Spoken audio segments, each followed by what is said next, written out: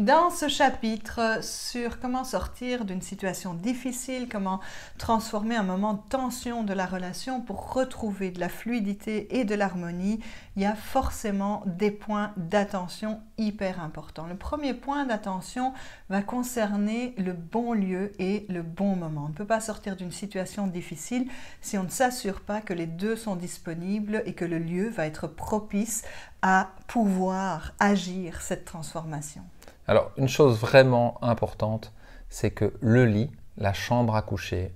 ne doit pas être le lieu des discussions difficiles. C'est un lieu dans lequel, effectivement, on vient se ressourcer,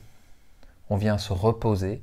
on vient aussi cultiver l'intimité du couple. Et en aucun cas, ça peut être l'endroit dans lequel on a des discussions difficiles.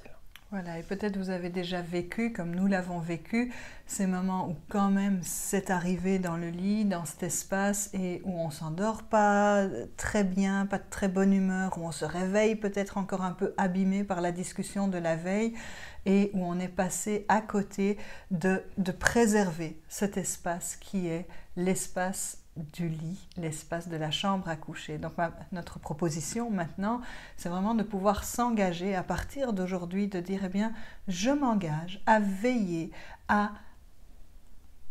préserver cet espace, à ne plus lancer une discussion qui pourrait être tendue, mal tournée, difficile, et je m'engage aussi à l'arrêter si elle vient de toi, c'est-à-dire à dire, ben, j'entends que tu as vraiment des choses à me dire,